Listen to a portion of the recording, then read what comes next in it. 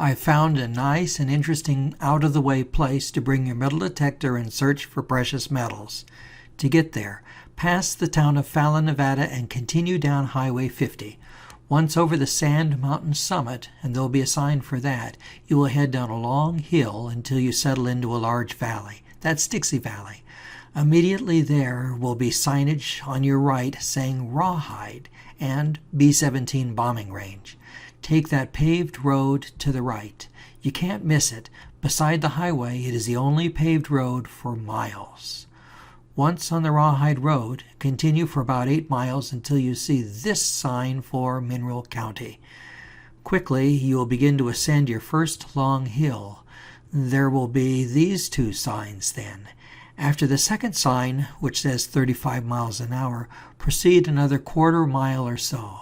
There will be an obvious dirt road to your left, and if you look closely, you will see buildings sitting on a small flat.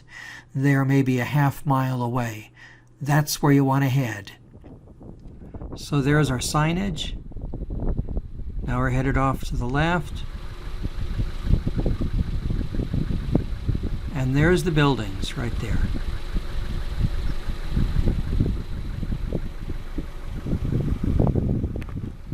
Take this spur road so that you end up at the buildings. The road in several places splits, but it will be obvious as to how to get there. And keep your eyes peeled. There are prospects everywhere. They are not obvious from the main road, but here you will begin to see them. In all cases they are relatively small, but you will find that all open up ledges into mineralized quartz. Here are some examples of this quartz swarm.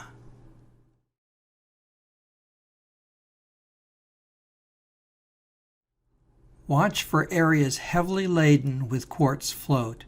I found several mineralized ledges that have never been opened up. The rock is relatively fragmented and fragile, so with a larger crowbar you ought to be able to relatively quickly expose these bodies. There is a small ridge to your right just before you arrive at the buildings. The whole thing is composed of quartz with a modest dose of mineralization. Let's take a look at this.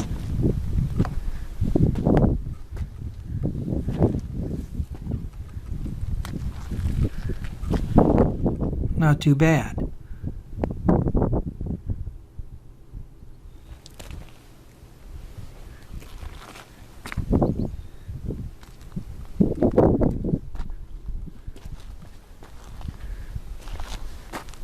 This building obviously sits by its lonesome. We'll come and visit it last in the video. But for the moment we're headed to 3 other buildings, and they're just around this slight ridge here.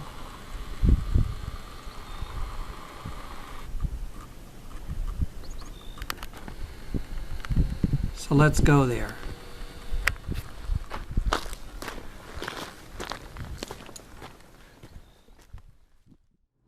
This is the main house. It's not terribly old. Let's say vintage 1960s. Here is a look inside. Obviously, the kitchen is here with a makeshift living room. The bedroom was prepared for several people. The hantavirus is in part of this state, so if you are motivated to visit buildings like this, it would be best to wear a fresh medical mask. The hantavirus infects the pulmonary system and can be fatal. It is spread by the droppings and urine of rodents, which become aerosolized in contained spaces.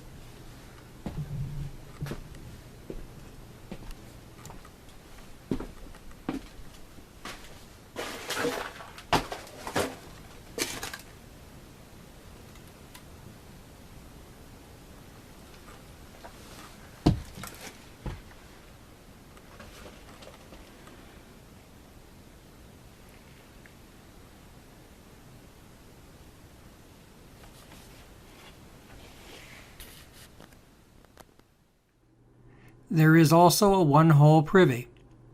See that well-defined road behind the main house? We'll take that in a few moments up to the main mine. But first, let's take a look at the storage workshed.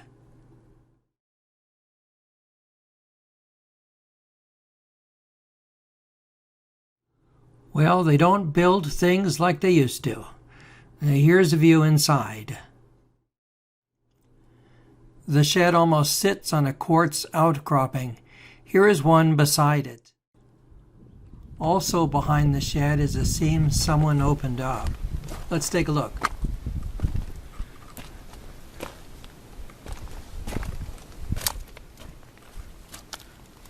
And you can see right there, there's still some nice quartz here.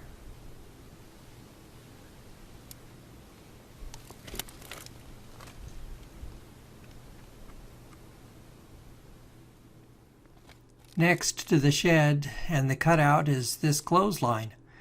Now, see the line of boulders mid-picture?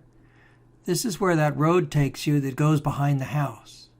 Here you will find a mine large enough to warrant the lodgings that we've seen thus far. So now we have spent 5 minutes walking up to the mine. The mineralization here is a little more intense and diverse than anything we've seen thus far. There is a fairly strong copper presence, as you can see even here. Let's give you a little closer look at those greens and light blues. Here is a particularly nice specimen that gives a positive result with a metal detector. The various colors, to now include the purples and probably some of the golden colors also, are all copper sulfide related. Sometimes you will find a copper presence presents with the multicolored shiny luster of a peacock ore, as here. Certainly there is also a pyrite component in this specimen too. Keep in mind, though, that if copper and gold appear together in a sulfide, they are incredibly hard to separate, much harder than an ore that does not have any copper presence. In a spot like this, hope for free gold that could be associated with these metals. At this point, I am going to break and continue with part 2 of this presentation. There is enough memory requirement that I don't want to have a hard time loading this video.